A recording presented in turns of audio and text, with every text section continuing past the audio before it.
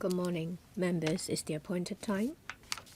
I call the meeting to order as we have a quorum.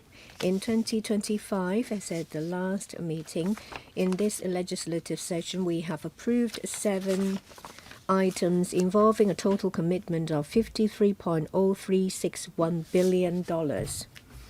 There are 4 papers for discussion on today's agenda. They were submitted by the administration. They are new proposals. The 4 items involved a total commitment of $2.1544 billion.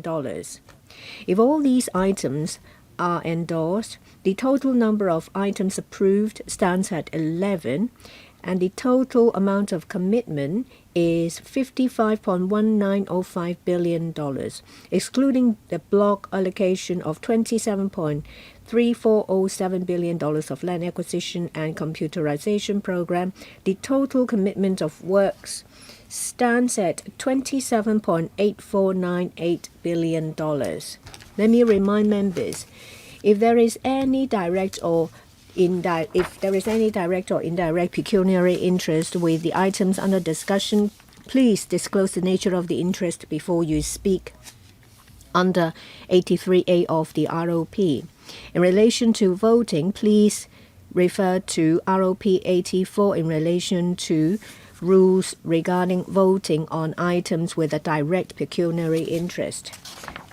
We now move on to 77RE, which is the Chinese Culture Experience Center, paper number PWSC 24-25, number 24. This item proposes to upgrade 77RE to Cat A at an estimated cost of $331.2 million in money of the day prices. On the 14th of October last year, the administration consulted the panel on Home Affairs, Culture and Sports of the LegCo. Members supported the proposal for submission to the PWSC for consideration. The salient points of discussions by the panel has been sent to members by email on the 24th of March this year. We have with us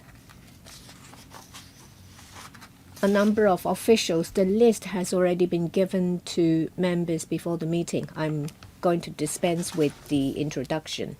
I welcome the government representatives. I now read out the names of members who would like to speak. Mr. Andrew Lam, Mr. Chan Sing, Mr. Yang Wing Kit, Mr. Chen Yu Ming, Mr. Chen Siu Hong, Mr. Vincent Chang, Mr. Chu Kwok Keung, Mr. Lee Chen Keung, and Mr. Kwok Wei Keung. Mr. Andrew Lam.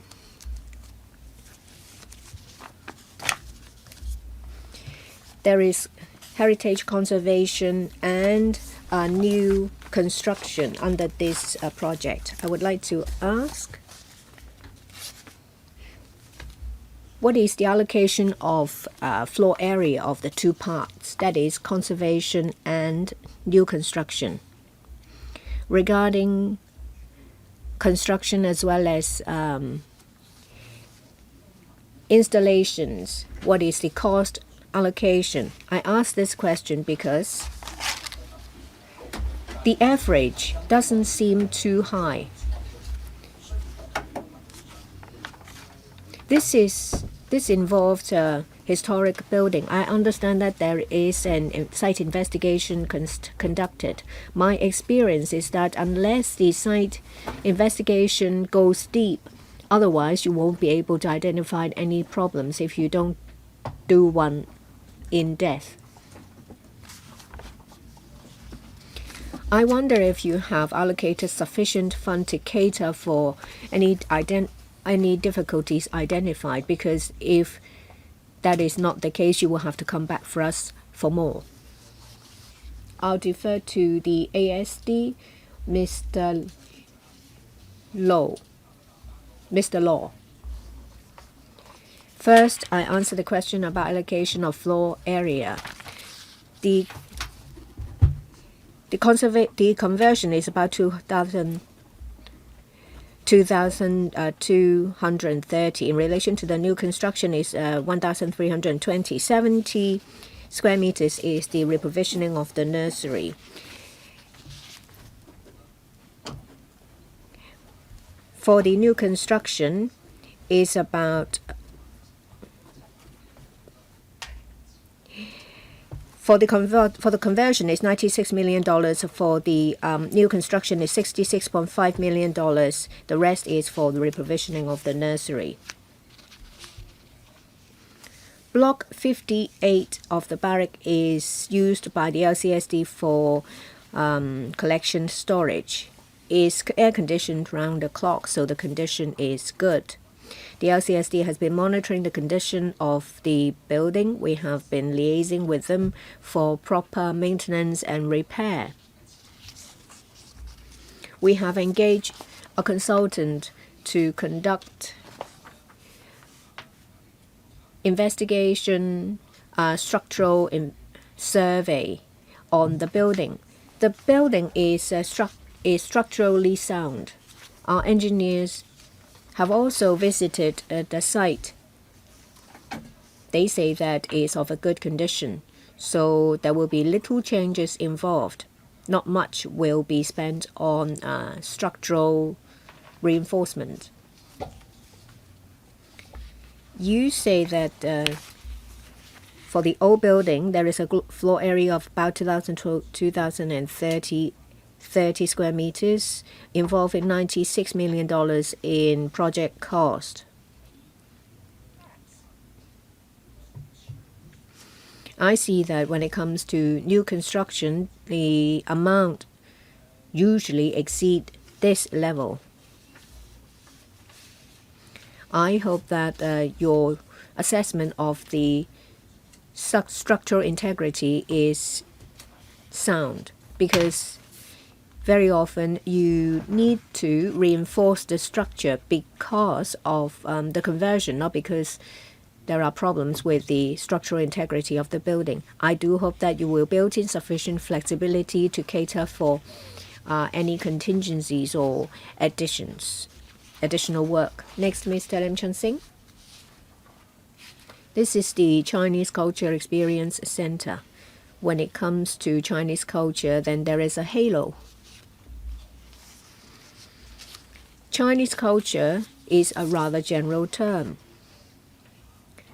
I would like to get more information. What is the future design? If you're just putting a number of installations there, then this center is no different from other museums or experience centers. There is a tea house in Hong Kong Park. It has a theme. It uses a tea culture to promote Chinese culture. I'd like to know, regarding this experience center, is there a theme in particular to showcase Chinese culture? My next question is about construction. Well, there is a site area of 9,000 square meters. There is a large number of open space. So the area for showcasing exhibitions is about 3,600 square meters. Compared to sizable museums, say for example the Museum of Culture, it's on the small side. You said that you hope to receive about 80 to 90,000 visitors a year. So is there sufficient space and facilities? There is only one classroom, 2 multi-purpose room, and one collection study room. Are the facilities sufficient to receive that number of visitors? I understand that there may be interactions with the Heritage Discovery Center. There is one level of the Discovery Center that is used for that's used by the AMO as an office, the Antiquities and Monuments Office. So will there be space to be used as office so that the Discovery Center can release the office space? If we can do this, there will be more space in the Discovery Center to receive visitors. So, is there sufficient space? Undersecretary. This is different from other museums because the focus is on experience. There is a large amount of outdoor areas which is sufficient for other activities, say for example demonstrations by intangible cultural heritage bearers. I will defer to my colleague for more information. As the name suggests, the focus is on experience, which is different from other museums, which is for exhibitions. There is a space for installations and staging exhibitions, but at the same time there will be activities conducted at the same time. Say, for example, if the theme is handicraft or woodwork, then we will ask ICH bearers to showcase their skills. We will also showcase traditional architecture of Chinese. There will be multimedia display to showcase special characteristics of Chinese architecture. A focus is the intangible cultural heritage because it's passed on from people to people.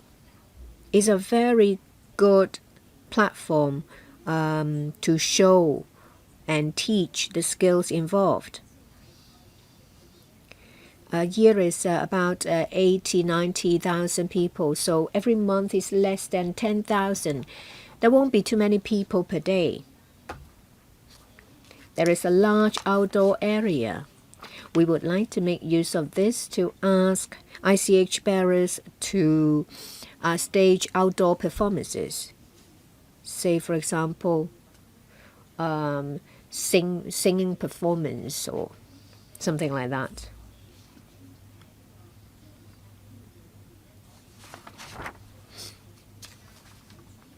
There is a small office space in the Experience Center for staff members who are stationed at the center to provide services to keep it running.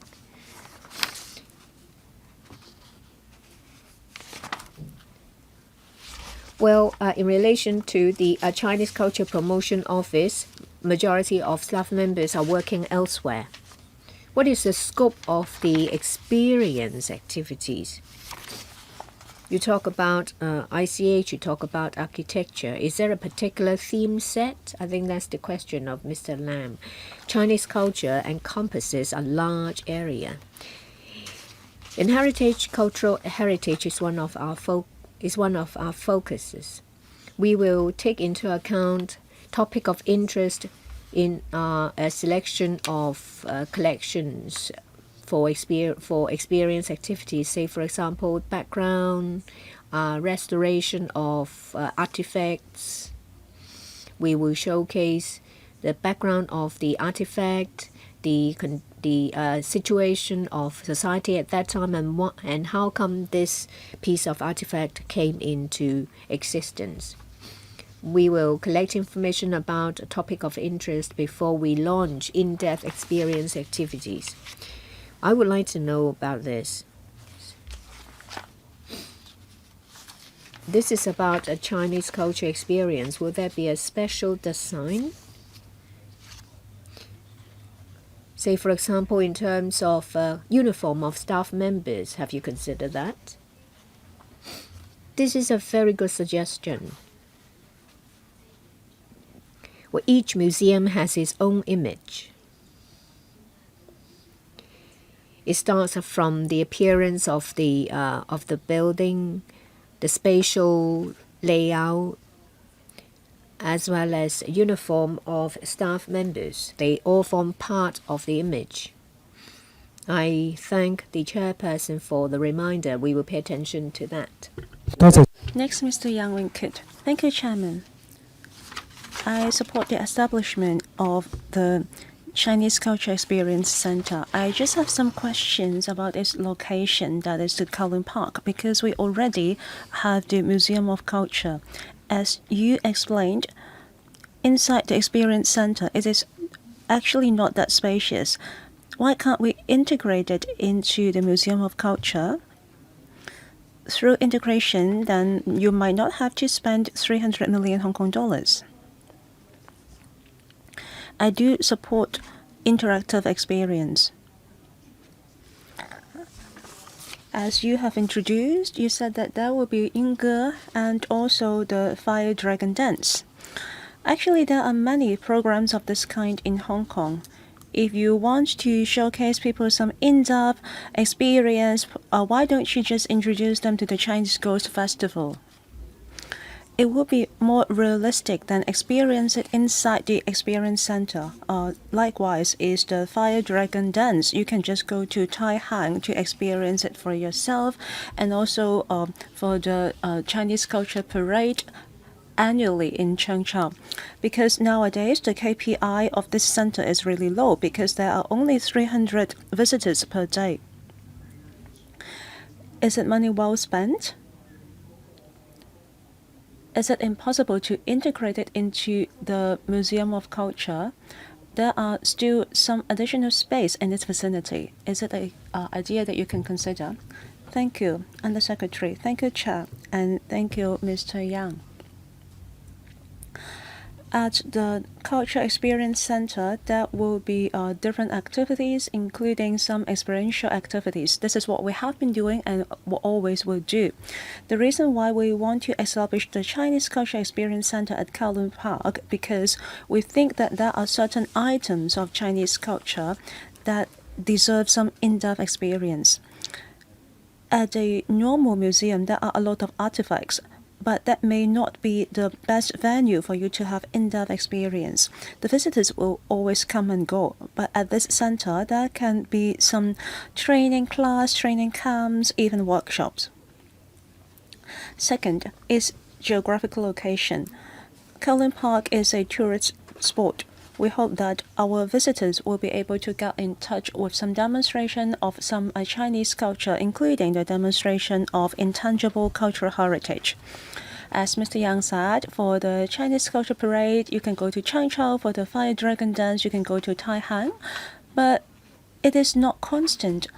When the tourists want to experience certain things, it may not be available because it is not the festival time. However, at the Experience Center, people can experience firsthand the culture as well as the artifacts. I think this is a good location for us to promote Chinese culture. I have a follow-up question. I don't think it will be a permanent experience program. It is only organized on a regular basis. If that is the case, then it will be similar to the Fire Dragon Dance or the Chinese Culture Parade in Chengzhou. So the tourists need to see what are the programs available so that they can experience. So how is it different from our other experiences in Hong Kong that is already available?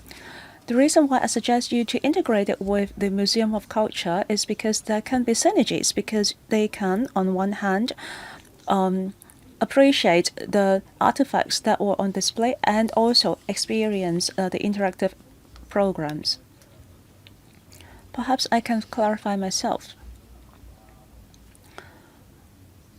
We can organize the programs that Mr. Yang suggested at the Museum of Culture. We have been doing and we will continue to do. We just want to have some additional venue to connect with our tourists. There will be a different program circulating throughout the years. At least there will be an additional option and an additional venue. If they want to appreciate the Fire Dragon Dance, they have to wait until the Mid-Autumn Festival.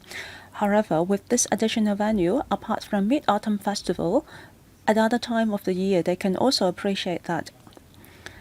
We really have to determine what kind of programs we will put on display according to people's response. If there are items that are really popular, we can make it permanent. I do believe that there will be a program timetable because you need to be prepared.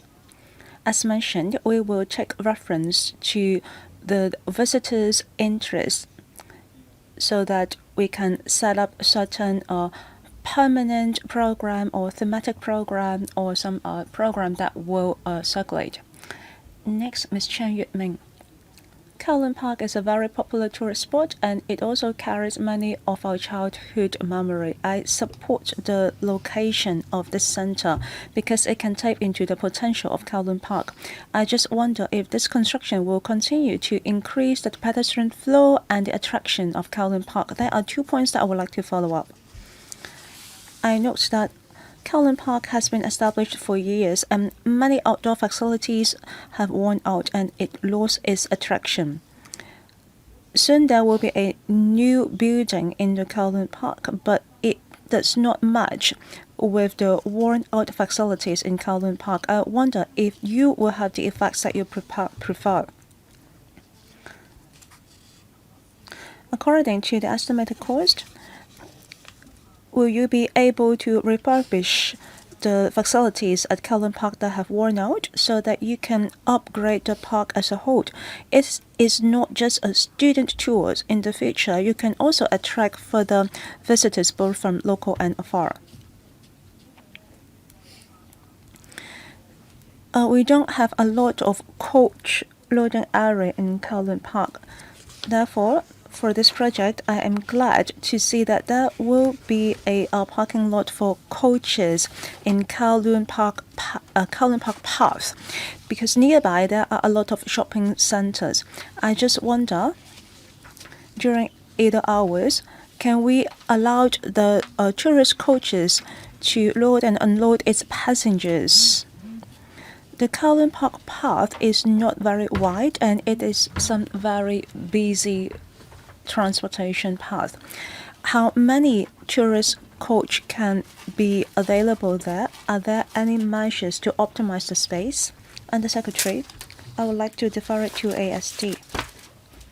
Mr. Long? Thank you, Chairman.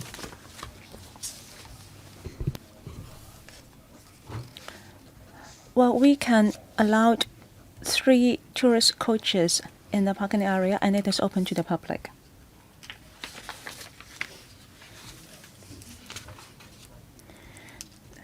Just now, Ms. Chen also asked if there can be some revamp in the Kowloon Park. There is a specific scope in the project, including the 9,000 square meters square that is mentioned here. It is the major expenditure area. As for the surrounding areas, if we see fit, there will be also some slight beautification works. As for the Kowloon Park as a whole, if it needs to be refurbished or upgraded, then the amount involved might be quite substantial. It has to be an other construction project in order to cover it in a comprehensive manner. Do you have any plan in mind? Kowloon Park has been established for quite some time. Do you have such plans in mind?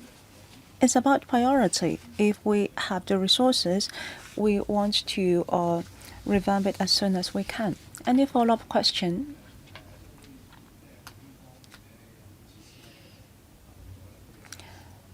I hope that you will have a timetable to revamp the facilities that are worn out.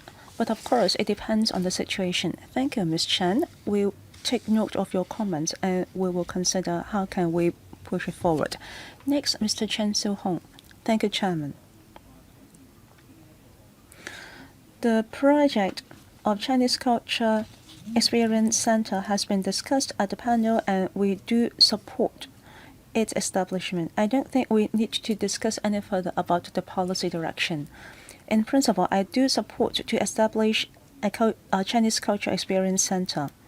Since it is an experience center, then certainly it needs to be different from the existing museums or other institutions that are mainly for displaying artifacts. There are other members who asked if you have enough space at this location. Although it has limited space, but this is an optimal location. If you can make good use of it, it can actually complement each other with the Museum of Culture as well as the Hong Kong Palace Museum. It has some flexible design, and it is also located in a prime location. It is highly accessible to the tourists as well as local residents. Under limited resources, I think this is the best that we can do. How can we make good use of this precious prime location? I think this is of utmost importance. Taking reference of the Hong Kong Palace Museum, they also have limited space. Comparing with the museum in Beijing, it is functioning very well because it is making use with technologies like VR and AR together with some innovative measures. They are displaying certain themes so that the visitors can have some hands-on experience. If they are really interested, if they want to learn more about Chinese culture, there will be further museums for them to select. There will be some immersive experience recalling their memories. I think the key is to make use of the limited indoor space and the outdoor space that you have together with the technologies. I am looking at the figures. For the permanent installation costing 30,000 and also the 17 million of the auxiliary facilities. Would that be enough? Because it involves some artifacts preservation. If the infrastructure is not prepared well, including the expected VR, AR facilities, if you have to add it on at a later stage, it is actually very difficult, even impossible for you to add certain artifacts preservation facilities later on. So do you have sufficient budget? Second, as asked by Andrew Lam, he asking for the specifications in the items. It is actually incomparable because each heritage has its uniqueness. After your survey, you will know more about the resources that you need to invest in. Before converting it, you are taking reference to the French missionary building. As for the Wan Chai Police, we have also approved another project. There are also some common grounds between these projects. Can you give us some comparisons? We want to know if there is sufficient money that you allocated for the building cost and the building services. Well, we seldom asked if you have allocated sufficient funds because we always comment about a huge budget. But this is really what we want to know. Under Secretary, thank you. I would like to defer it to Mr. Law from ASD. Thank you. We have taken reference to 404IO, that is to revamp Wan Chai Police Station. The construction cost per unit is pretty high, but it cannot be directly compared. For the 404IO, it is design and build project. There are a lot of additional construction costs and related fees, including consultation fees, and also some on-site staff remuneration. For this one, it is an in-house design and management project. For the old Wan Chai Police Station, there are quite a lot of structural change. For ground floor, first floor, and second floor, some structural walls has to be torn down in order to make room for some larger reconciliations room or mediation rooms. Second, about the construction period, we have a very tight timeline. Normally, it takes 2 to 3 years to convert a site. For that project, only 15 months were allowed. It is 40% shorter than other normal projects. Therefore, it needs to add 40% of the period in order to complete it in time. Therefore, the construction cost per unit is higher. I think our budget is reasonable and acceptable. 有信心啦。In short, you are confident. You are confident that you have sufficient funds to provide for the foundation facilities. You made a comparison with the X1 Chai police station, taking away the sign and others. If we only look at modification, structural modifications, building services, and if you also take away the cost to catch up, are you confident that you have sufficient fund to make it happen? Because as Mr. Andrew Lam said, when you conduct actual in-depth site investigation, you may find that you need more funds and you have to come back to us. Well, if you are confident, that's no problem. We support your project. Perhaps we'll hear from Mr. Lau. I'll defer to Mr. Law. Mr. Chen talked about the use of VR, AR, as well as the basic facilities.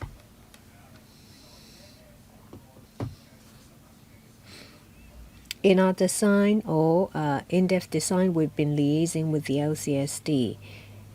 We have incorporated all basic requirements in the tender document. We have already included a budget of building services in the document as well. Mr. Vincent Chang, I support the project. We had an in-depth discussion in the panel as well. The center will be located in Tsim Tsui. It's a very good location. Along Haiphong Road, we see that we expect that visitors will walk past the experience center, so it's a very good chance for them to experience Chinese culture. I have some questions. First, transportation. I think visitors will entry via Haiphong Road, and there will be additional parking spaces along the Kowloon Park Drive, which is a good thing. The third entry is through the mosque. It's near the mosque. But it seems that these entrances are not clearly signed to attract visitors. Well, that's the case for the Heritage Discovery Center. So will you do more to promote the center to make the entrances more conspicuous to attract visitors? You talk about collaboration with the Discovery Center. I see that there will be some greening work. Does it mean that the different sections of the park will be enhanced? Will you make more green areas so that activities can take place there? Regarding cost, I echo what other members said. It is reasonable. When it comes to conservation, the cost will be higher, but still it is reasonable. Well, there is an amount for installation fee facilities. What are they about? This is a prime location, but the areas is small.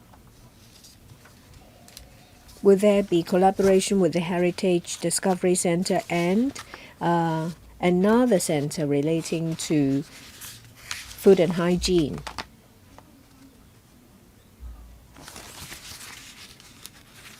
We believe that the majority of visitors will come via the train, but there may be group visits. Say those from schools, they will make use of the new coach drop-off pickup area. It is very near Haiphong Road. So the design is quite permeable. Currently, the design is not permeable enough. More lighting will be added. I do think that, the appearance will draw in passers-by. So whether it's the layout, whether it's the outdoor area or the building itself, I do believe that there are elements to attract visitors who happen to be just walking by.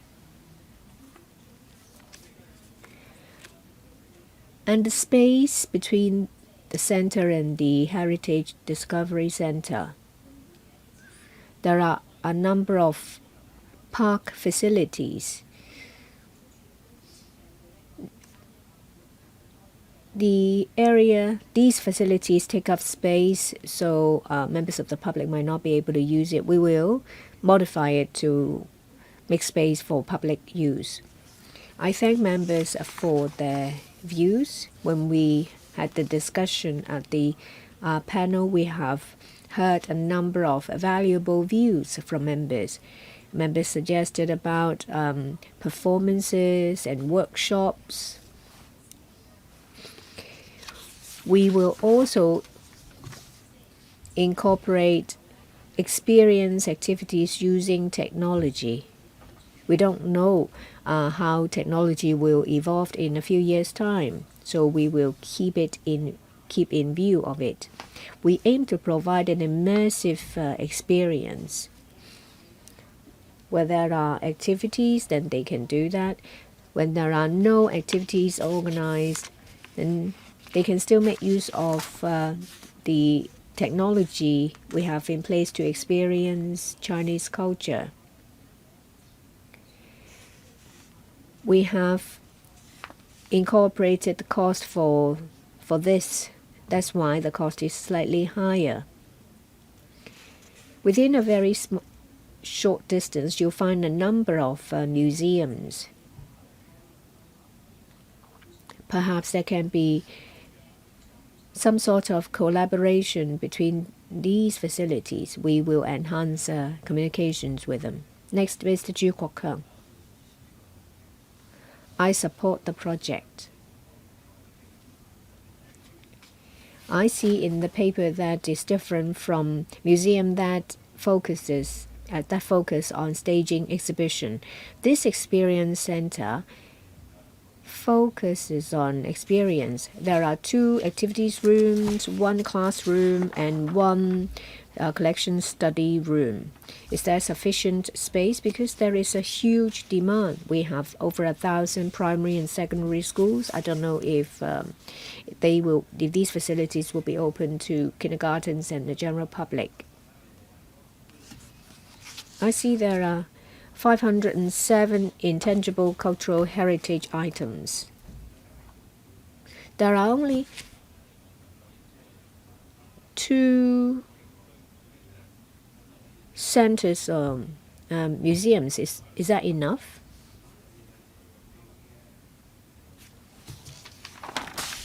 And the government mentioned that the experience center will focus on heritage.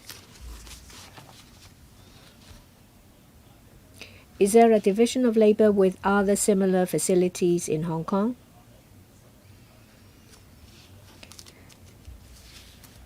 In addition to indoor areas, there is a vast outdoor area that can be used for demonstrations of intangible cultural heritage. Mr. Ju is right in pointing out that we have plenty of ICH items. It's a matter of selection. The selection of items that are of great interest to the public that will draw them in so that they can participate and experience Chinese culture. We will make good use of space. Yes, there are a lot of primary, secondary schools and kindergartens. Of course, it'll be difficult if all these schools and kindergartens come at the same time. We will make arrangements with the visit. There may only be 1 room, but there are different sessions.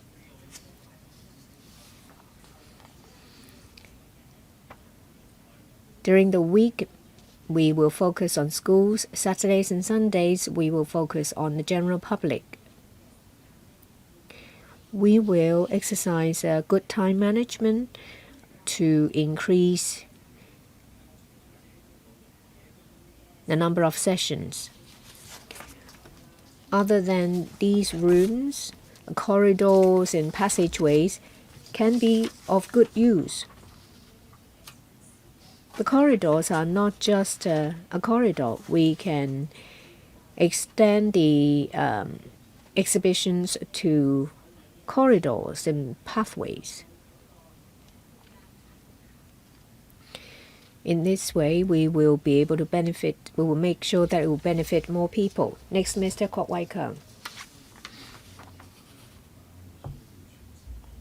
Yes, we do need to make sure that Chinese culture is passed on.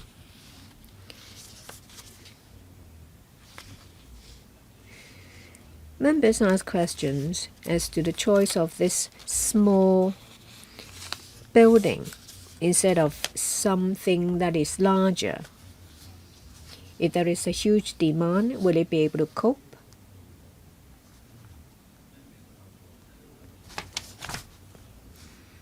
Block 58 is a Grade 1 historic building.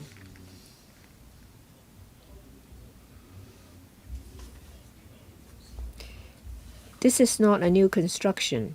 It is a conversion and addition. We're talking about unit cost of close to 40,000 square meters.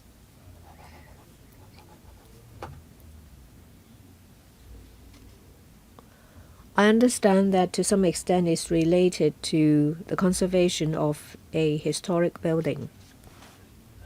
Can you give me more information?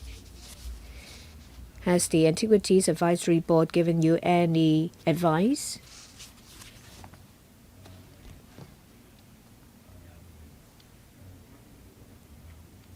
I want to ask about energy conservation. $1 million is not much, but it says here that it will take 11 years to recover costs. It takes a long time. Why? Undersecretary, I'll answer the first part of the question, and then I will defer to the ESD for the other parts. Selection of the location. We have already explained that we think this is a suitable site. Is accessible. Travelers or tourists will be able to visit this center easily.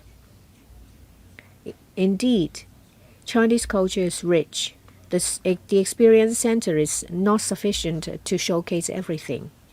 That's why when we have new museums or centers, we will consider making use of the space available to display Chinese culture. We will maximize the space we need, we will have. Well, we have a museum that showcases the achievement of our country. There is also an element of Chinese culture. We will consider constructing another museum to showcase intangible cultural heritage. But for this one, we want to create a focal point to promote Chinese culture. And this will be a landmark of the Chinese Culture Promotion Office. Mr. Law, the conversion of Block 58, we have conducted a heritage impact assessment. In relation to the report, we have consulted the AAB in August 2023. The board supported us. The board indicated that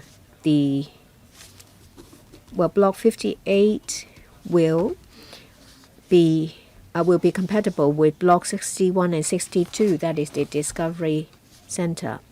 in relation to certain elements. We're advised to make good use of it and to preserve it. Say, for example, the veranda, staircase, chimneys, and an arch.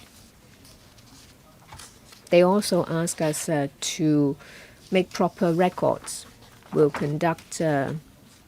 will record everything on paper, charts, and videos.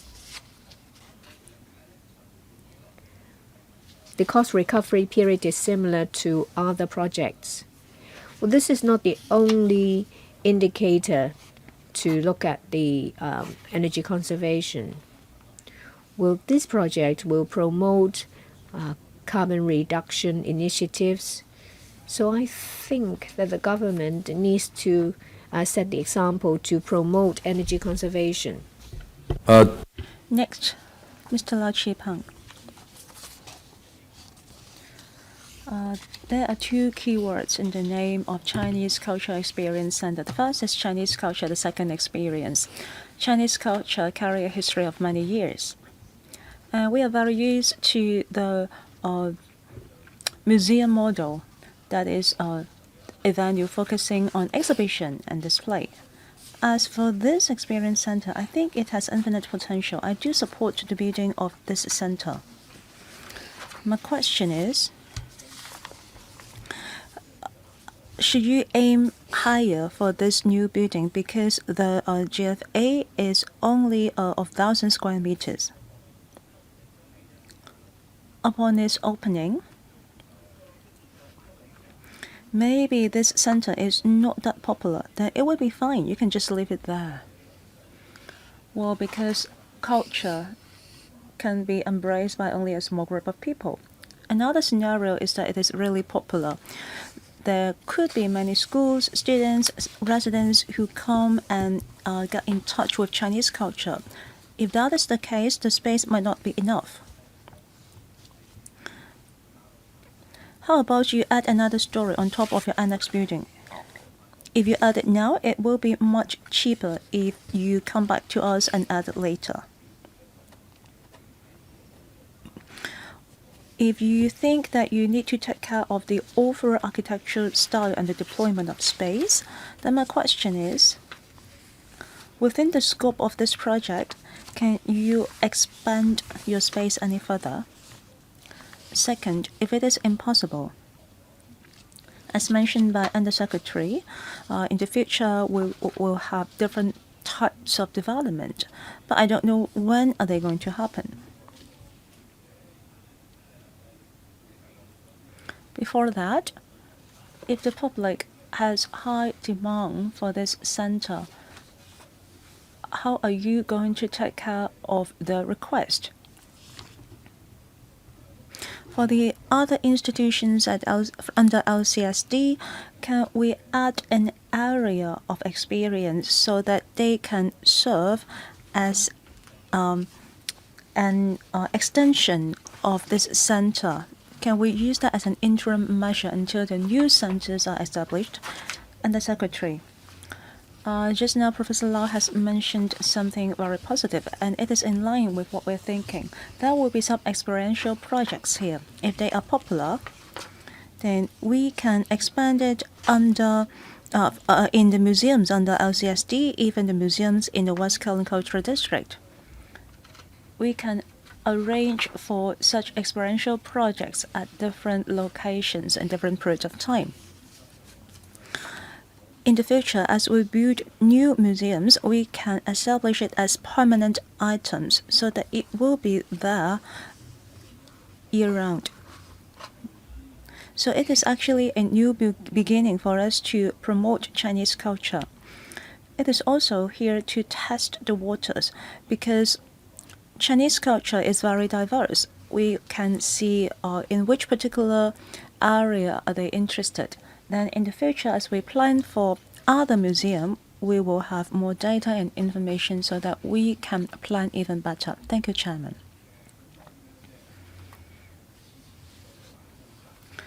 Many members show concerns about the limited space that you have.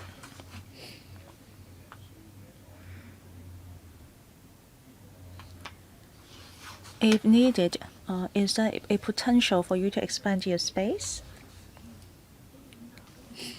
Thank you, Chairman. The potentials are there, but it requires additional investments. It really depends on the needs. If this center proves to be of high demand, we can consider to arrange for additional space at other locations in order to fulfill the needs of the society. This is something that we have always been doing because the demand of the society has been constantly evolving, and all that we need to do is to fulfill their needs, especially in the cultural area. I have a follow-up question. In terms of the design, you will surely consider the future usage.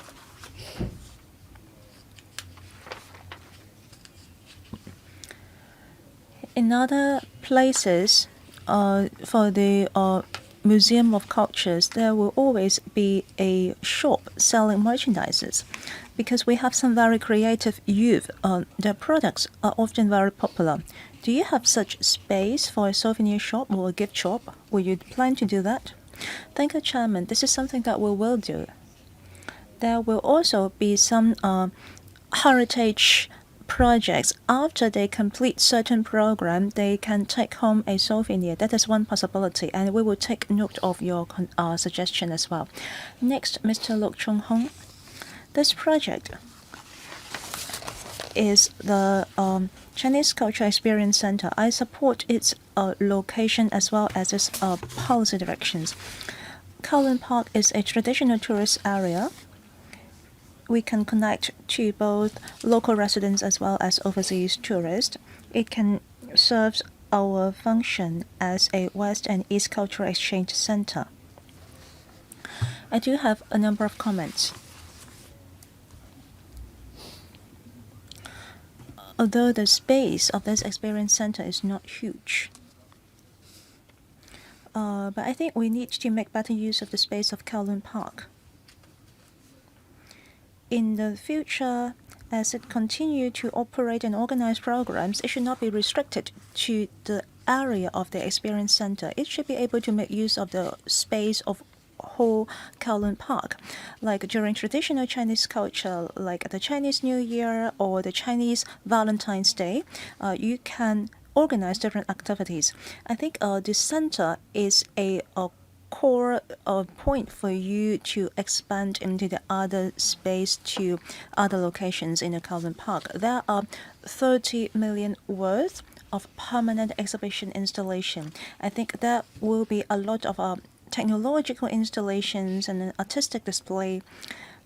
It will be good for you to reserve funds, but during the tender period, I think you cannot fix on what kind of technology you're going to use, because in a number of years, the application of art tech can be completely different. The trend and the technologies will be completely different. Can we wait until the project is completed? How about you invite for tender until then, so that you can make use of the trendiest or the latest technology available? I have another question about the use of space. How about private and public partnership? How can you involve some civil organizations of the cultural and arts sector, be it PPP or the participation of the grassroots cultural groups? I think they will have a better sense of what the public is interested in. If you involve them, then it may generate additional income for your future operation. Second, it can also better fit the needs of the residents and the tourists.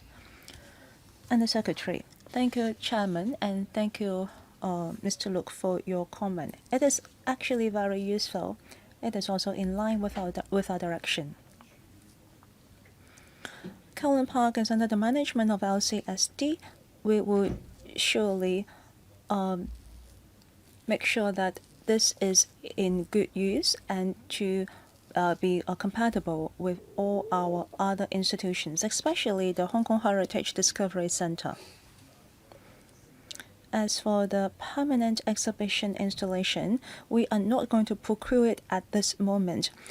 As you have rightfully mentioned, technology continues to evolve. Like today, we have DeepSeek, maybe a few weeks later, there will be other kind of AI. So we will wait until the project is complete before we procure the technology so that we can be using the latest application.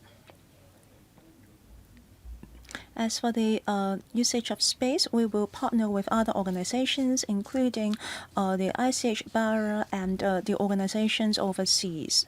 They will be invited to host some demonstrations here. For the local organizations,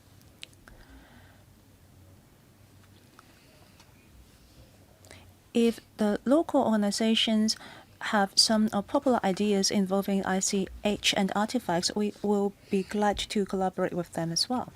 Next, Mr. Holden Chow. Before Mr. Holden Chow asks the questions, I would like to ask the Vice Chair to host the meeting for me.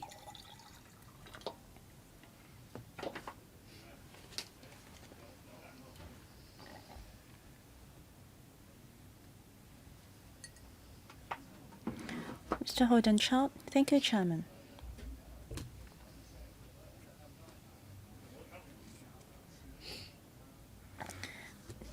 If we compare this project with the conversion of the old Wan Chai police station into the International Mediation Center, I know that the latter one is much more expensive because the project is more complex. For the Chinese Culture Experience Center, well, for the International Mediation Center, it is design and build model, so it involves some substantial consultation fee. For this experience center, it was designed and built in-house, so some cost can be reduced. Did I understand it correctly? Am I correct? All right. Thank you. I have a follow-up question. If we look at Appendix 7, the consultation fee is much cheaper than the International Mediation Center. It was 73 million, and now we only have a consultation fee of 8 million. For the on-site staff, it is also much cheaper. It is something positive. My follow-up questions are as follows. Under what circumstances ASD can take care of a project internally without dedicating it to a third party? Of course, as explained, the International Mediation Center is rather complex in structure. Maybe that is why you have to develop it to the consultants or to adopt the design and build model. I just want to know under what circumstances can you build it internally, because it will be cheaper. Second question about consultation fee. The consultation fee this time is cheaper. It's cheaper than the International Organization for Mediation. For the consultation fee, it was 650,000. As for the International Organization for Mediation, it was just 3.3 million. Why is it more expensive than the other projects? Of course, it is not a big difference. I just want to understand the mechanism behind. Thank you. Thank you, Chairman. I would like to defer it to ASD. Thank you, Chairman. Speaking of the operation model, ASD always judge according to each project's nature, scale, and requirement. It also depends on the resources that we have and the resources that is available in the industry. As for the consultation fee, although this is a in-house design and management model, but for the construction materials investigation consultation, we are dedicating it to a third party. So apart from the preservation of the historic building, we also involved a quantitative surveyors. So that is the fees involved. I have a comment. I think the explanation is very clear. It really depends on the complexity and the nature of the project. That is how you decide whether you will outsource it or to do it internally. Well, this is a very successful case because I can see how you can cut cost. In the future, if possible, would you consider to do it internally? I think it would be something that pleases the public. Second, about the qualitative surveyor, since it is being outsourced in this project, is it because of its nature? Why can't it be handled internally? 呢個係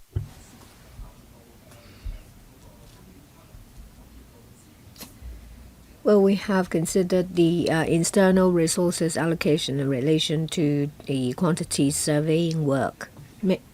Next, Mr. Benson Look. Of course, I support the construction of the Experience Center. We have to strongly promote Chinese culture using, but the way of experience is something that we look forward to. The administration said that the location of the center is in a tourist area. I believe that the Kowloon Park is not exactly a tourist spot. You don't see coaches of tourists arriving at Kowloon Park. So has there been an assessment done as to the amount of visitors to be received by the center? I am concerned about the capacity of transportation. The center is close to Haiphong Road. Haiphong Road itself is not very good for dropping off tourists by coaches. So can they use Austin Road?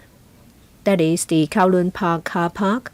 Reality, though, is that the car park over there does not really accommodate coaches. So have you conducted any assessment as to the receiving capacity of the center? I think we need to be concerned about that. In relation to recurrent expenditure, is close to $50 million, according to the paper. The project is budgeted for $331 million. So recurrent expenditure is about 10% of the project cost. The recurrent expenditure of $50 million, how much is spent on maintenance, how much is allocated for building services repair? So that's, well, in short, I'd like to know how much is allocated for renovating the buildings and facilities. Recurrent expenditure, part of it is staff cost. Majority will be spent on activities. The activities cover indoor, outdoor activities, installations, and upgrading of facilities. What about transport? There will be an addition of a number of coach dropping off pickup points along Kowloon Park Drive. Visitors can disembark at Kowloon Park Drive and gain entry there. For individual visitors, we reckon most people will take the train. Of course, for group visits, they will take coaches. But as I said, that they will arrive via Kowloon Park Drive. Mr. Look, does it mean that the majority of the recurrent will be on maintenance of exhibition provisions? There is a small amount that will be used on maintenance on the building itself. The recurrent expenditure, according to my understanding, is for the LCSD to operate. Regarding the building, it will be for the ASD So there will be a separate amount. There will be a management, maintenance, and repair amount which is separated. So maintenance of building installations is not included in the 50 million. ASD? Yes. We've provided about $4 million for this. Mr. Chen Wing Kwong. I'm not a member of the PWSC. I thank you for giving me a chance to speak. The Experience Center, as the name suggests, will cover Chinese culture. Chinese medicine is an important part of Chinese culture. So has this element been incorporated in the design? Have you considered incorporating the element of Chinese medicine culture? Well, you can build in the 24 seasons in the Chinese calendar, yin yang, and the 5 elements in Chinese culture, and that because they are different parts of Chinese culture. Chinese medicine is indeed a treasure in Chinese culture. We will consider incorporating this element. If it's popular, we may consider putting in place permanent exhibitions at other locations.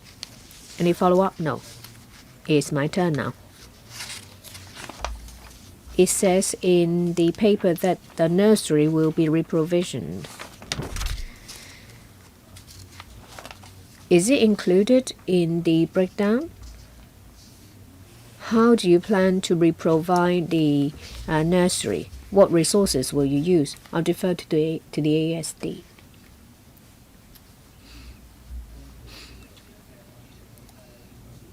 Thank you. Regarding the revisioning of nursery, the construction work is about $5.2 million. There are 3 locations involved. We'll have to construct fences, awnings, storage space, and utility connection.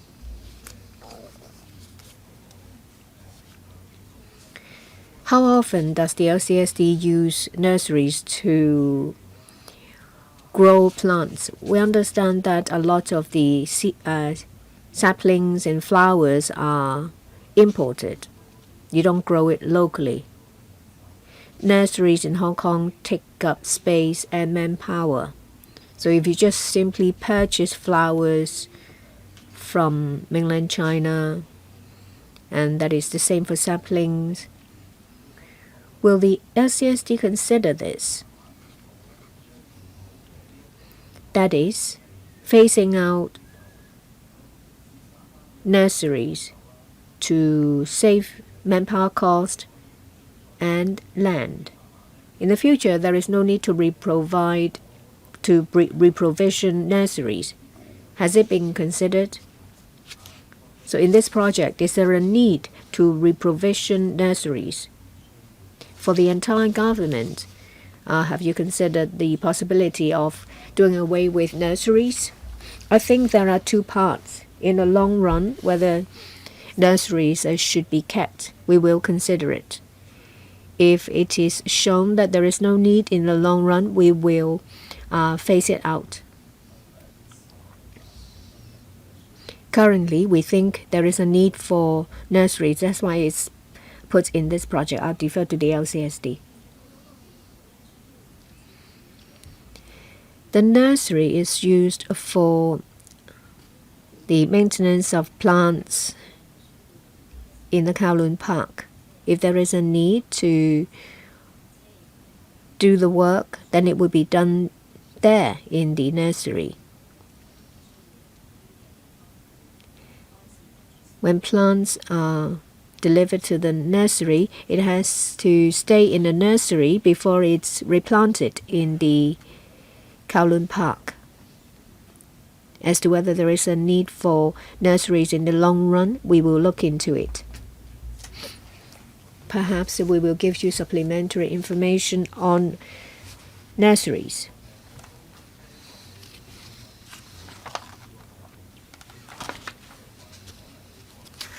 Well, you talk about temporary storage of plants delivered.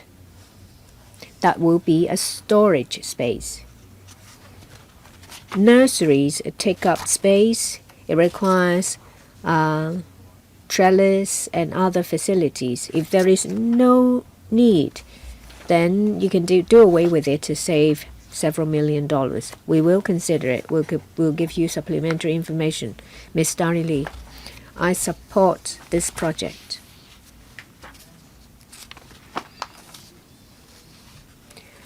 I believe that, the department has done a lot of work in the promotion of Chinese culture. Members have mentioned about the small area. However, I think it's a good location. It's a prime location, and as far as I understand, there is no place where they can hold everything in the Chinese culture.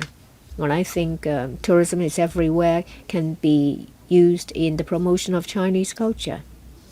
The location is Kowloon Park.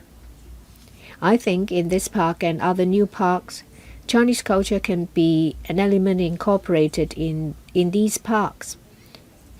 When visitors visit parks, then they will come into contact with Chinese culture. I support the use of technology, say VR, AR. I think there should be more flexibility for different groups of visitors to use. We can cover many different areas, Chinese medicine, different cities, municipalities. I think more important is how to tie in the theme with technology. As I said, there is no place that is large enough to house everything in that is related to Chinese culture. I asked the administration to consider incorporate any elements in your parks. I don't see many in existence. Well, there are some, but not enough. So please consider it in new parks or when you renovate parks. You don't need to confine immersive experience in the premises using technology. Undersecretary, we of course support what Ms. Lee said. In future parks, we will consider incorporating more Chinese cultures. We want different parks to have different characteristics. We don't want a homogeneous design for parks like we did in the past. I would like to supplement in relation to parks. Last year, the Chinese Culture Promotion Office was established. There is something that they've done. In the Sun Yat-sen Memorial Park, they have moved some installations as permanent exhibitions from other museums. They are put in the along a corridor or an avenue in the park. The experience is different for visitors. We would like visitors to museums to see the achievement of our country and experience Chinese culture in a museum by looking at pictures. But a different approach can be adopted in parks. Not many people go to experience centers or museums. But parks are different. The Kowloon Park itself is different. It has a large area.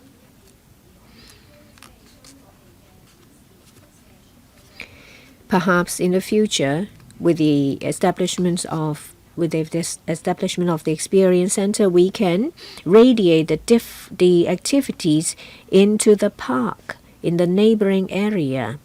As to whether we will try to create an ambience is something that we will think about.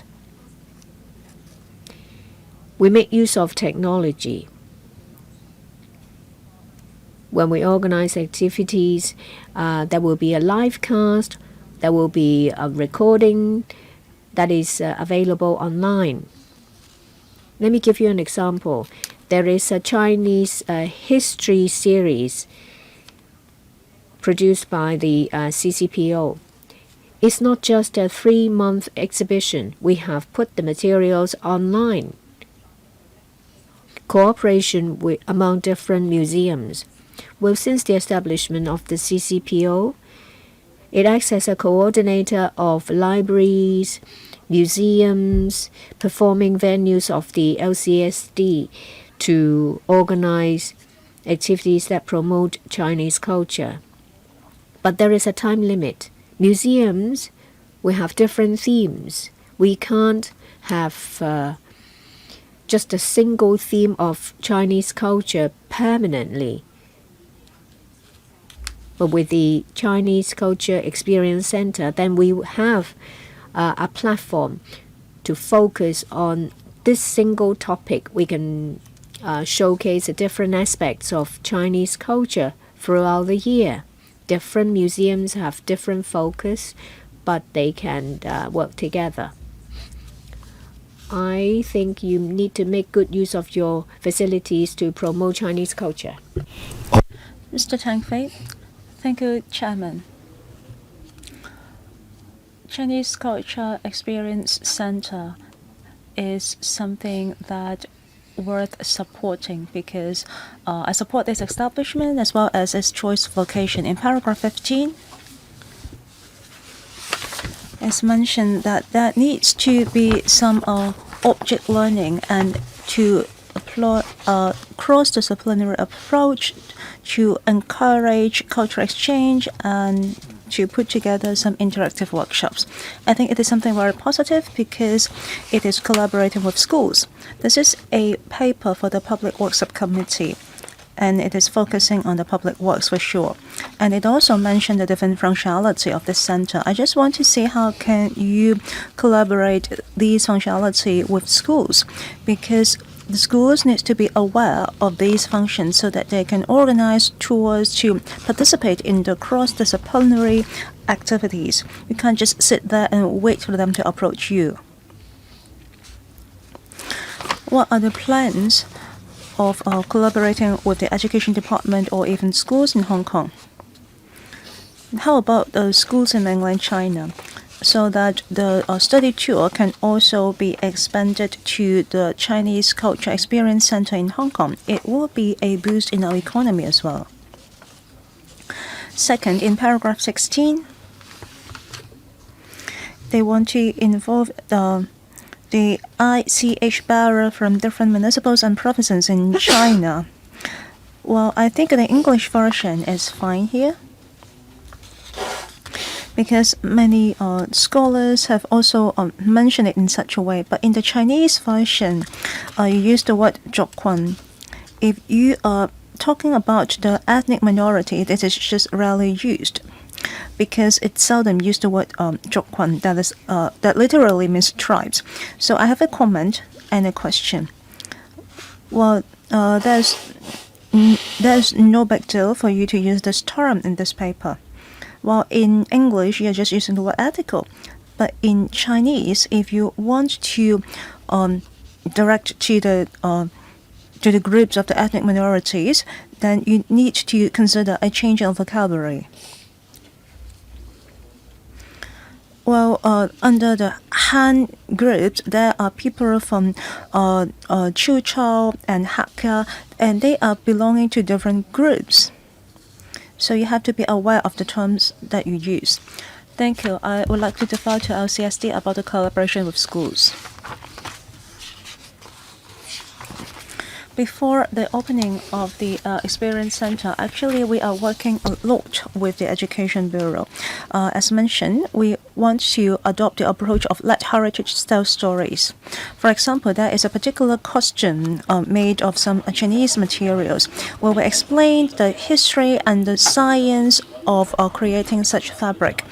The schools are very interested because they do have some history curriculum, and even for the science and chemistry curriculum, it can be incorporated in these kind of workshops. In our future design, we will try to link further with the schools. We have put in plans in some programs related to Cantonese opera, and we are inviting some artists to teach students about the southern music that is in southern China. We will look into the school curriculum in both secondary and primary school and to launch various programs. This is something that we have been practicing over the years. As we open the center in a number of years, probably we will have a mature program for the schools and public.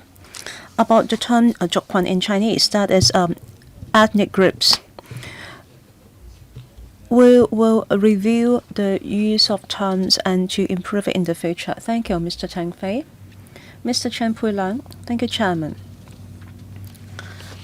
I support this project in principle. The choice of location is very appropriate. It is in Chimsha Choi Canton Road, and it is also nearby Haifeng Road. It is some conventional tourist area. If we are to promote Chinese culture, I think it is a very good location to attract tourists. I just have a question about your design.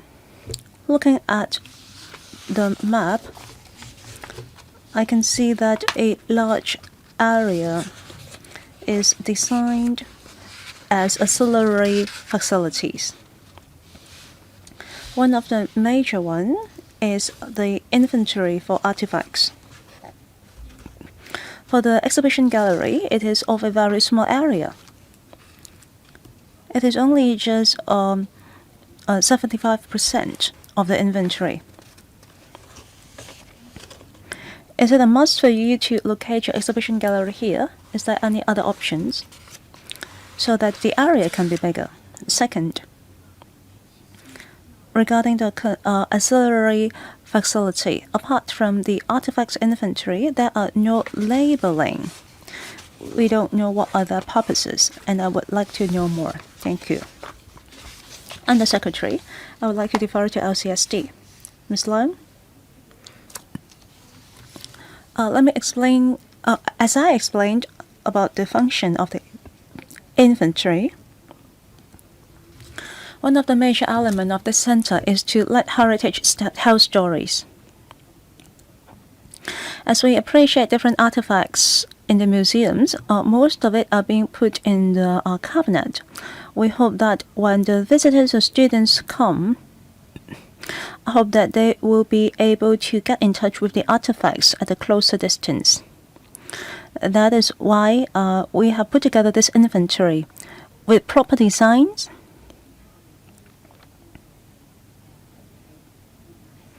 With proper designs, it can actually be connected with the exhibition gallery. We can convert the inventory into an exhibition space. This is something that we can look further into.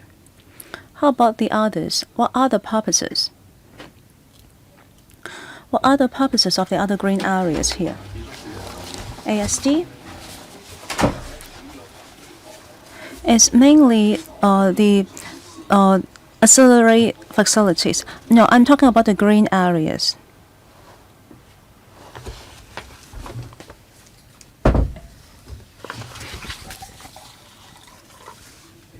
It might include some baby care rooms,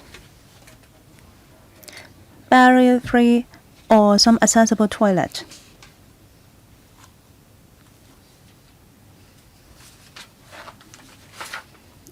I don't think so. Are you referring to the greening? No.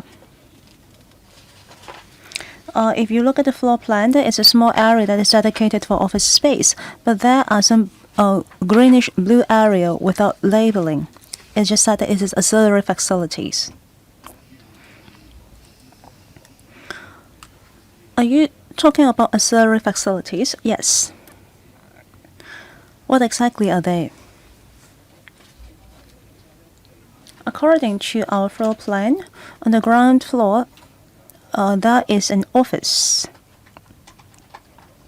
and also a first aid room and also a garbage room. On the first floor,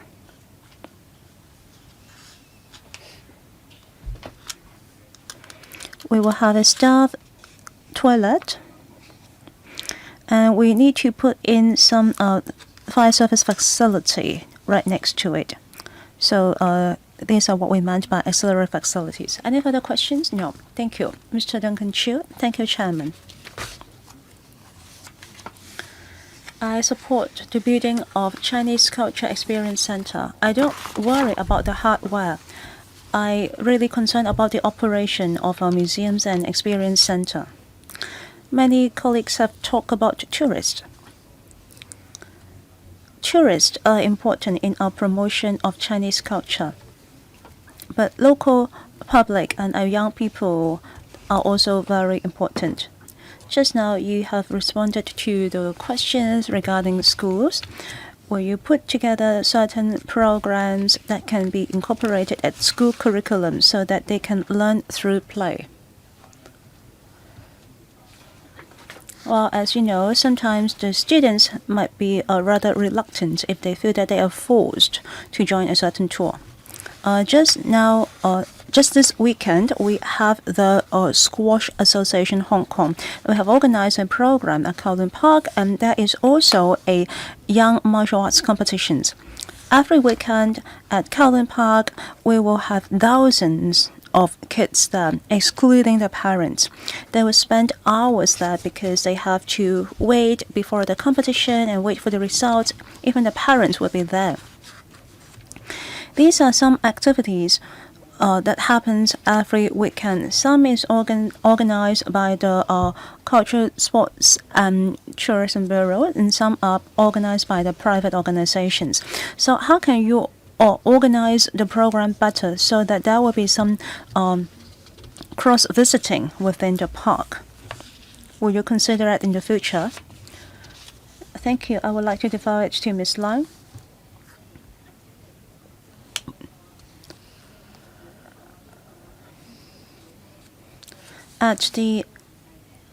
Kowloon Park is rather big. There is quite a distance between the sports stadium and the Chinese Culture Experience Center.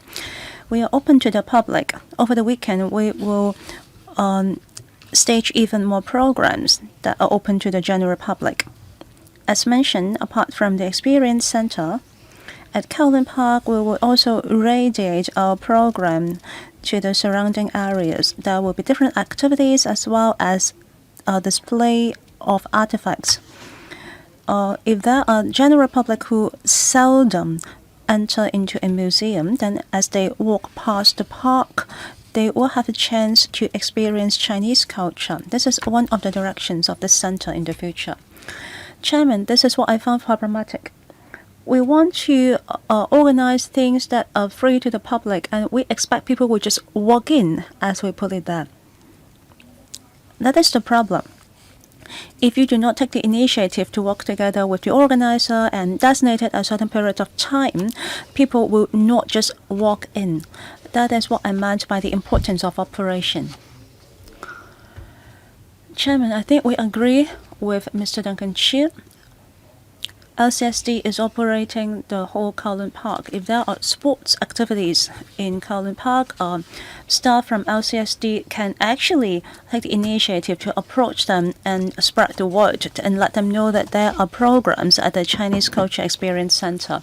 They can also liaise with the organizer so that during the sports activities, they can give the participants a heads up about programs at the Chinese Culture Experience Center. Crossover is something that we'll welcome and will do in the future. Mr. Lee Chen Kang, Chinese culture is broad and deep. Apart from history, there are also culture and arts items, including food culture. There are many elements that can be incorporated. I don't worry the lack of themes in the Chinese Culture Experience Center. What I worry is the focus and the selection of themes. We do have different types of economy, like the panda economy, and Naja is all the rage. These are some very famous Chinese myths as part of the culture. How can we promote it on a larger scale? Instead of relying on this center, I believe that the LCSD needs to line up different venues and to offer a comprehensive promotion so that the public will be able to find out this center and to understand that it is an opportunity for them to discover. While in the 300 million, including the building costs and the external works, it has already taken up 150 million Hong Kong dollars. And some is to conserve Block 58. So how much space is it taking up? Second, how much money is it taking up? If we can just let go of the Block 58, how about we just build 2 new annex buildings next to it? Would it be cheaper? Is it possible for you to cut your cost if you do it that way? Regarding the recurrent operation expenses, about 550 million.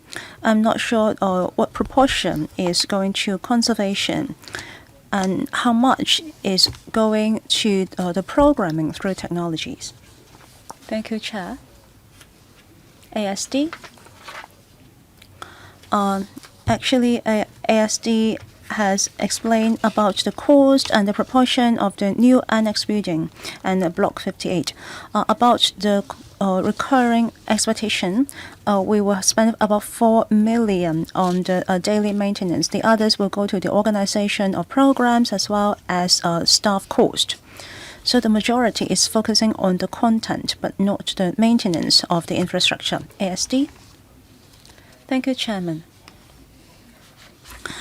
Well, the building cost is 167 million MOD, and the new annex is about 66 million.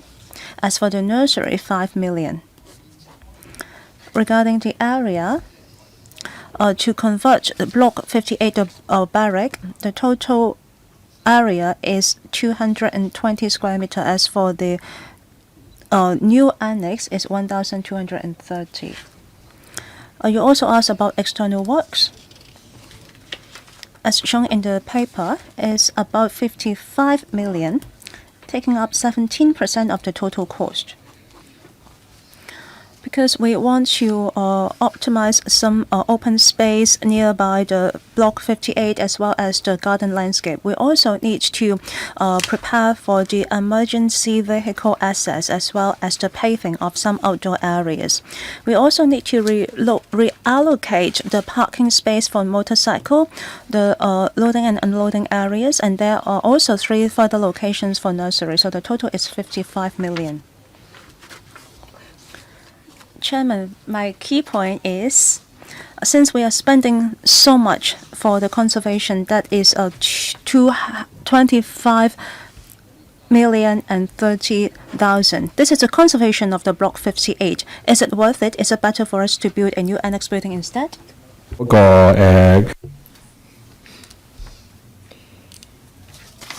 So in relation to the heritage building is at 2,230 square meters with a cost of $96 million. We want to revitalize the historic building because we want to put it to a better use.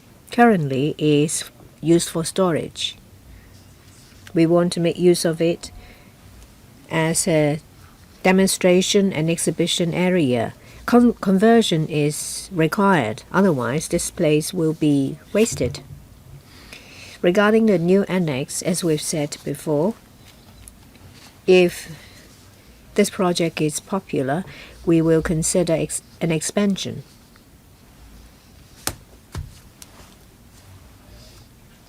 Next, Professor Lau Chi Pang, 3 minutes. I wasn't going to speak, but I realized that members are very passionate about this project.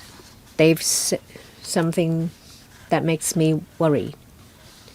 Whereas you know that Chinese culture is rich. Everyone wants a part in it. People suggested many different items to be incorporated. I have a simple question to ask. Is there an advisory panel?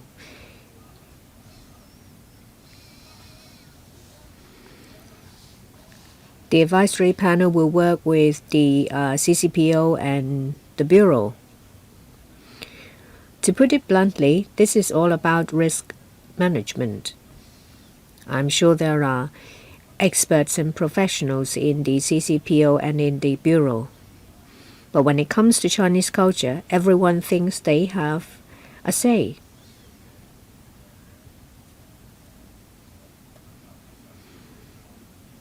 How do you make sure that you have an effective means to collect views from those with a bigger stake? The CSTB and the LCSD have a number of advisory bodies. If need be, we may consider setting up a new body. But it depends on how things unfold. Next, Mr. Junius Ho. I have two questions.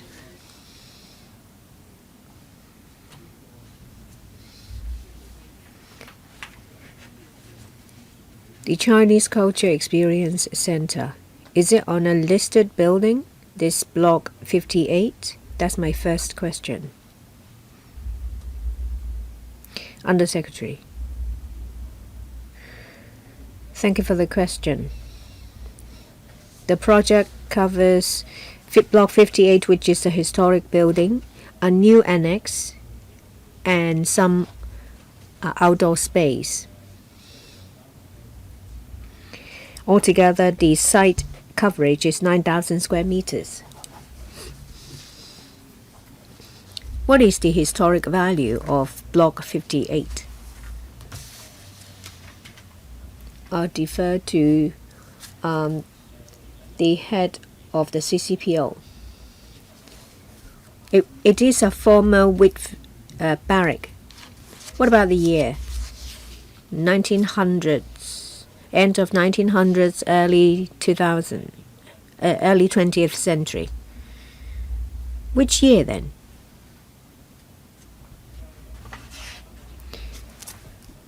(1891). Why is it so special?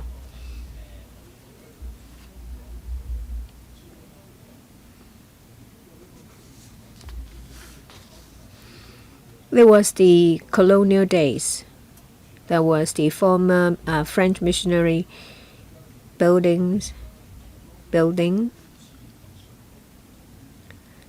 It is now, above a toilet of Cheung Kong. That's a listed building. It was built in the 1850s. So what's so special about this? Chinese Culture Experience Center. What is the experience? To experience the times during the Opium War? I think it's half-baked. Why don't you simply take it down and rebuild it? You try to preserve a colonial building. What's the experience about? This is half-baked. Just tear it down. What do you call it? Call it McGregor? McLehose? Or McPherson? What experience do you have in mind?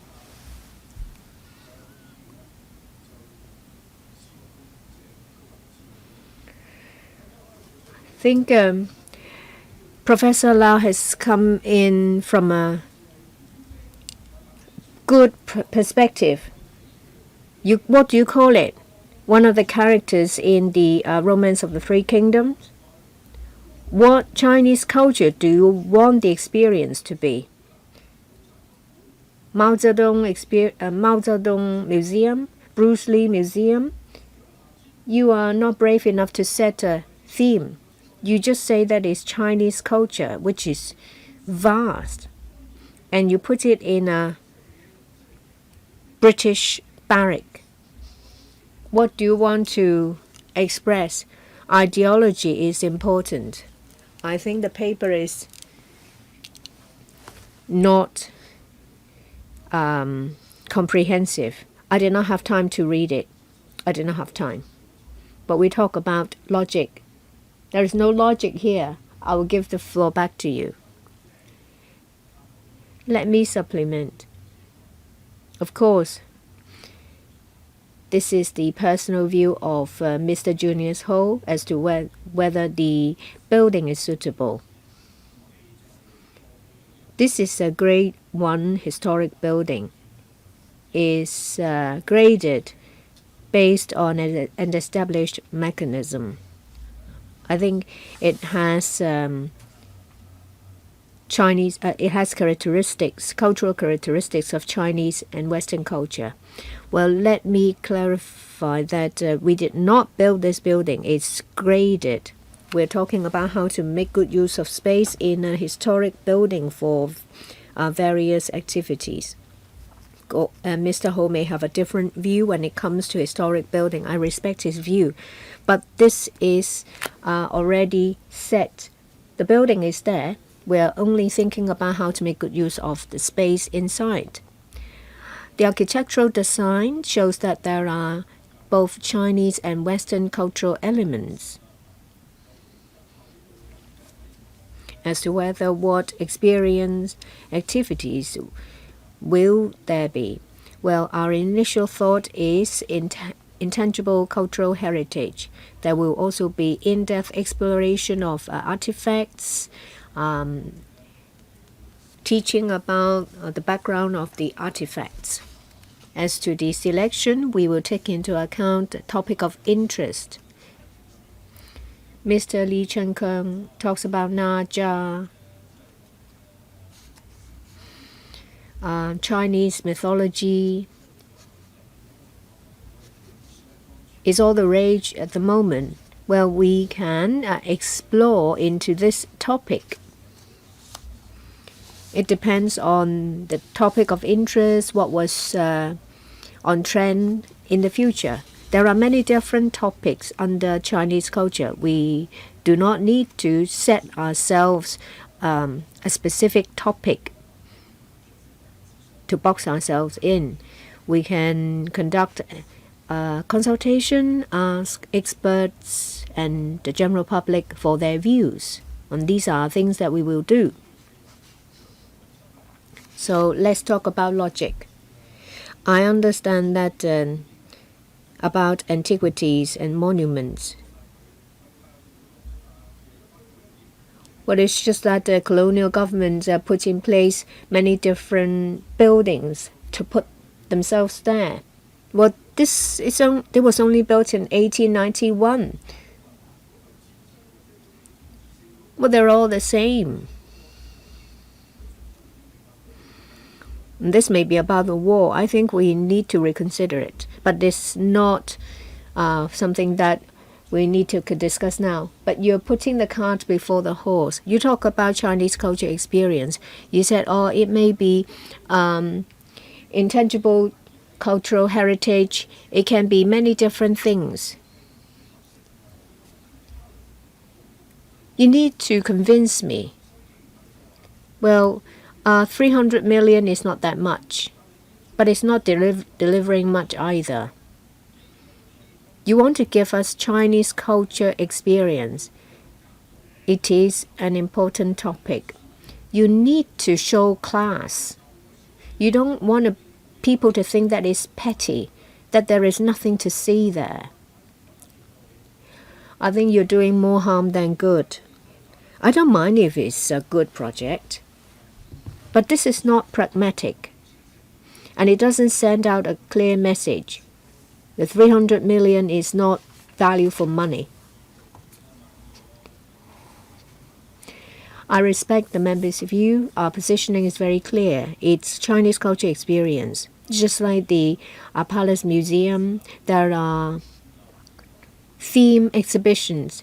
The exhibitions will not be set at the time when the Palace Museum was planned and constructed. It depends on the situation. As we said, that in the center, ICH is one possible topic. There may be artifacts, say for example, activities covering Chinese architecture, wood handiwork, handicraft. These are all possible topics. There are many topics given the rich content of the Chinese culture. So we'll make a selection depending on what is popular in the future. If members have no further questions, I'll put this item to the vote. Those who are in favor of the proposal in PWSC 24 to 25, number 24, please raise your hands.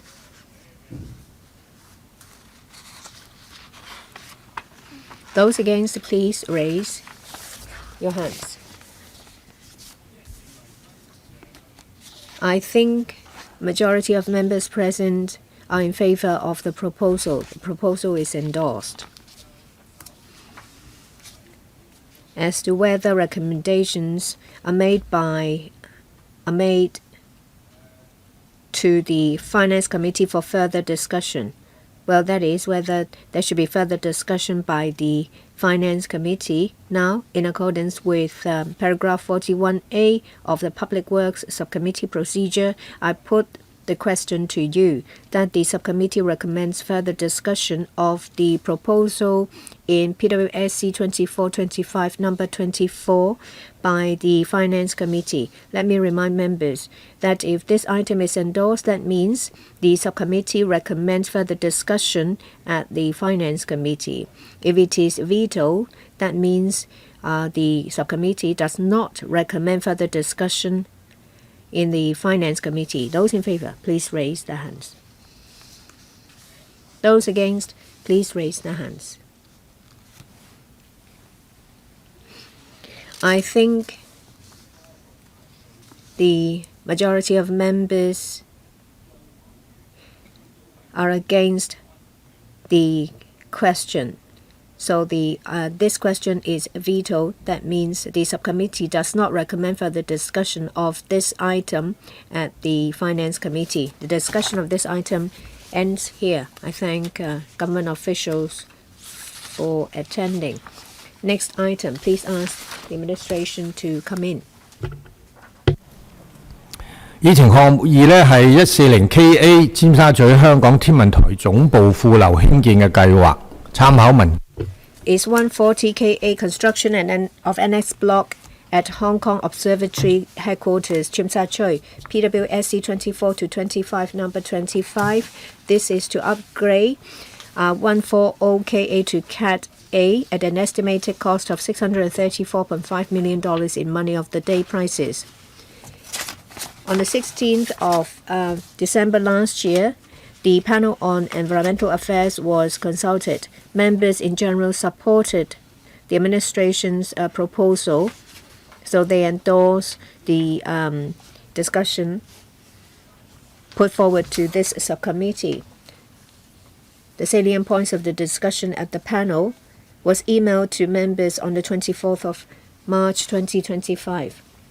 Well, the list of officials attending this item has been given to members. I'm going to dispense with the introduction.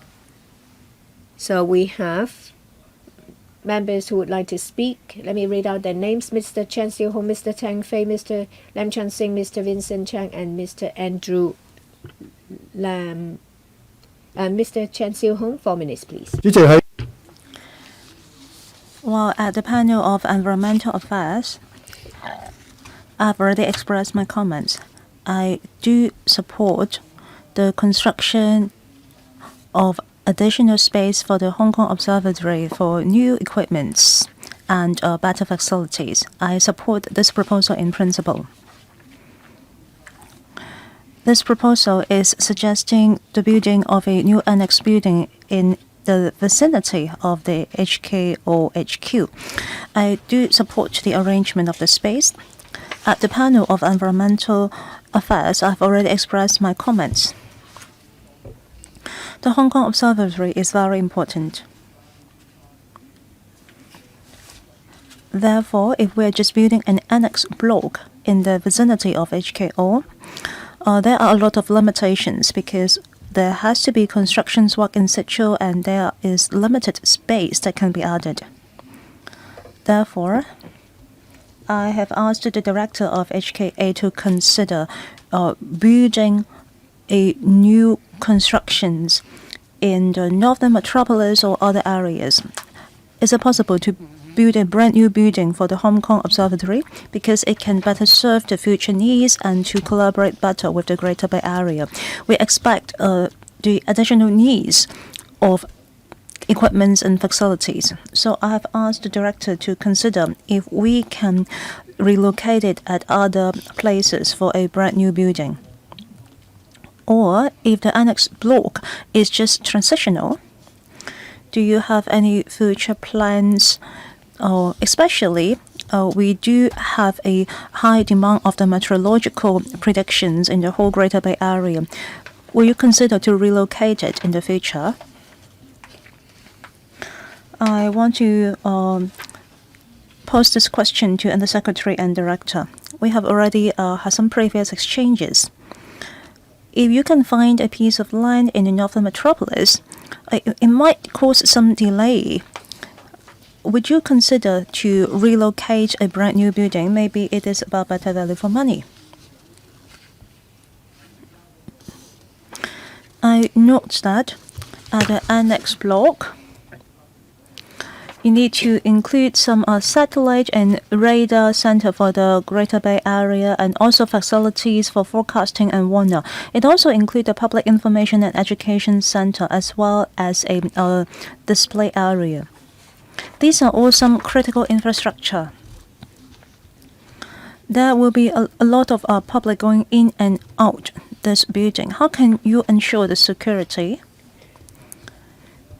Because if there are any trespasses, if people intentionally destroy these equipments, then the function of the Hong Kong Observatory will be hampered. This is one of the key infrastructure. I note that it involves $33.1 million as the recurrent expenditure. At the existing building, what is the recurrent expenditure? Do you include the maintenance of the meteorological equipment, or are you just covering the operation of the building?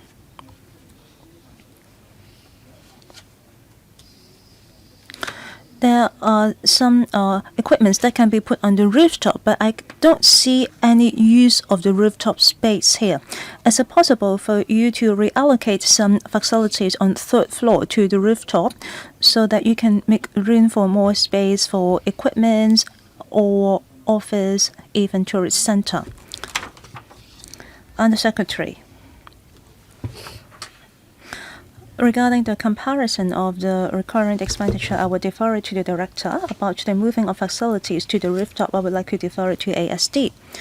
For the question 1 and 2, actually we have a look into it, and we are thankful for the long-term proposal that you have suggested. And we will look into it.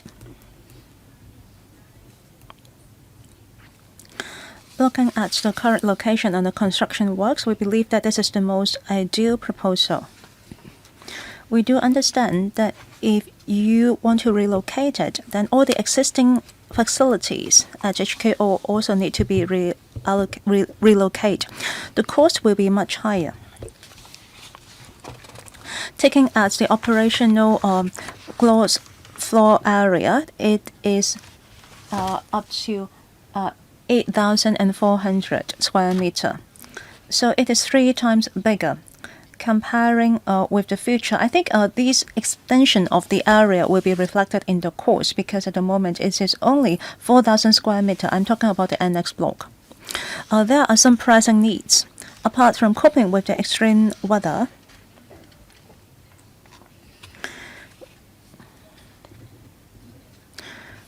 we also have a lot of collaboration with mainland China, with other regional units and the international parties.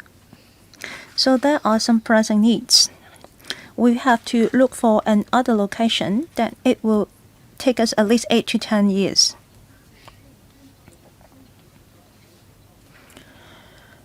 Apart from the coping of the extreme weather, we also have to materialize the key national strategy, that is the Meteorological Training Center for the Belt and Road.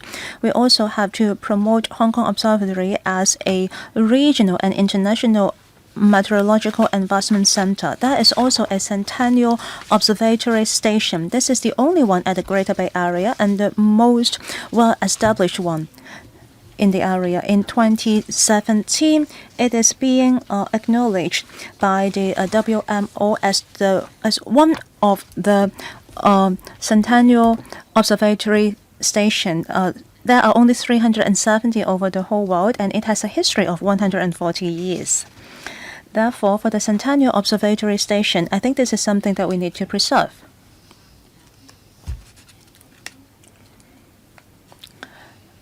There are also certain artifacts there, and that is also a historic building. It is one belonging to one of the historic building clusters.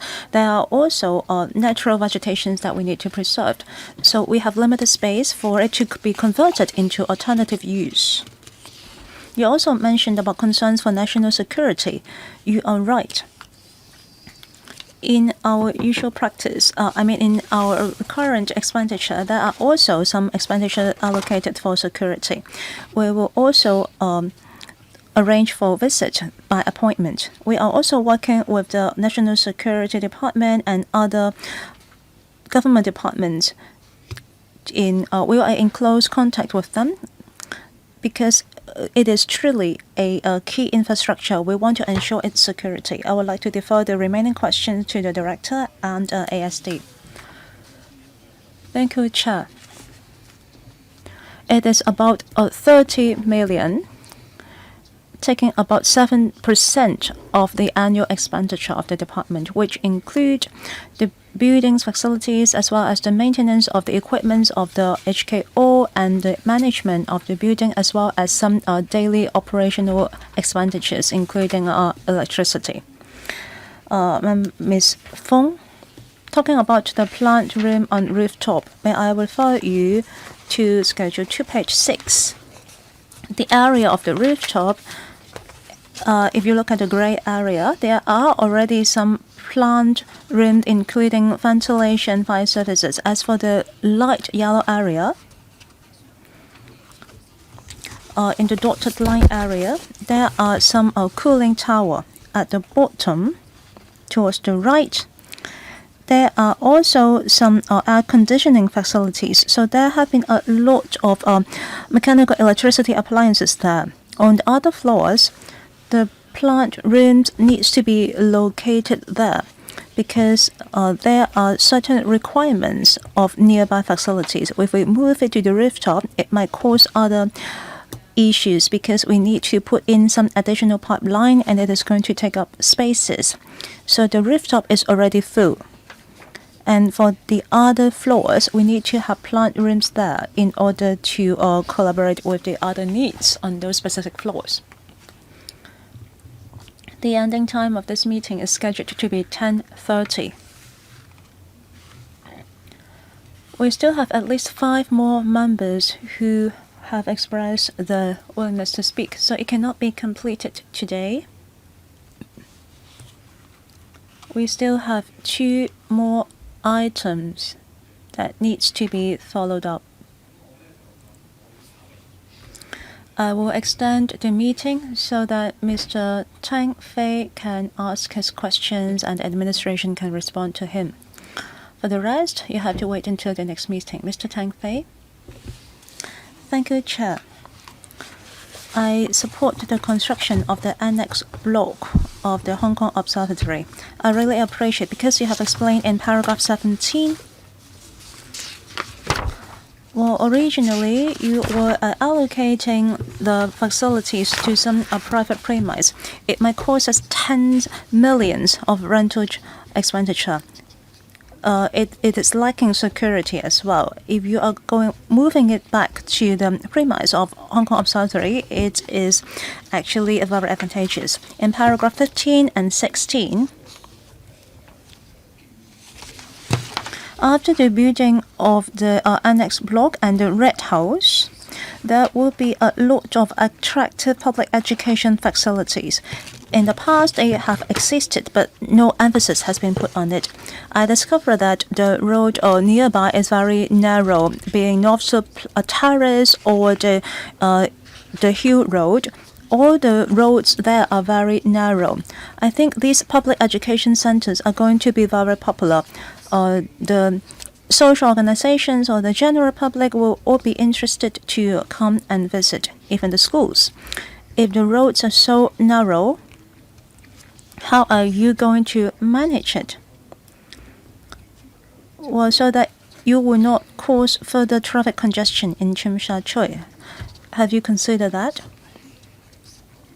In paragraph 19, implementation of key national strategies. You also mentioned about training meteorological staff for the Belt and Road countries. Well, because the meteorological phenomenon in Hong Kong is quite different from those in BNR, because many of the BNR countries are inland countries. The key meteorological or geographical issues is earthquake, like Iran. The research on earthquake in Iran is on the forefront in the world. While we are only familiar with the typhoon and cyclonic typhoon. So how can our strength fulfill the needs of the BNR countries? Let me take the first question. Regarding the part about the training center of Belt and Road countries, I will defer to the director. I thank the member for his view. Public education is a key area of our project. We think that with the completion of the Annex, there can be an appointment system to control visits. We think the capacity is about 5 to 6 groups of 40 to 50 people each. It's a very accessible location by public transport.